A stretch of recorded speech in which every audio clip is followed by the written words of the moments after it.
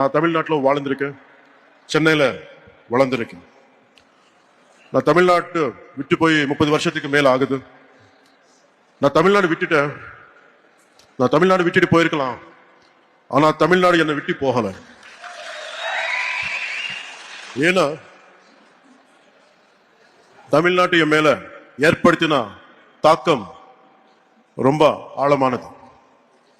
When I was growing up here, the impact and impressions are very deep, right from Tirukkural to martial arts, politics to devotion and cinema.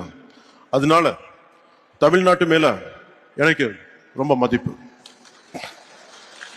எனக்கு தமிழ்நாடு திருவள்ளுவரோட பூமி, சித்தர்களோட பூமி, நான் வணங்குற தமிழ் கடவுள் முருகனோட பூமி,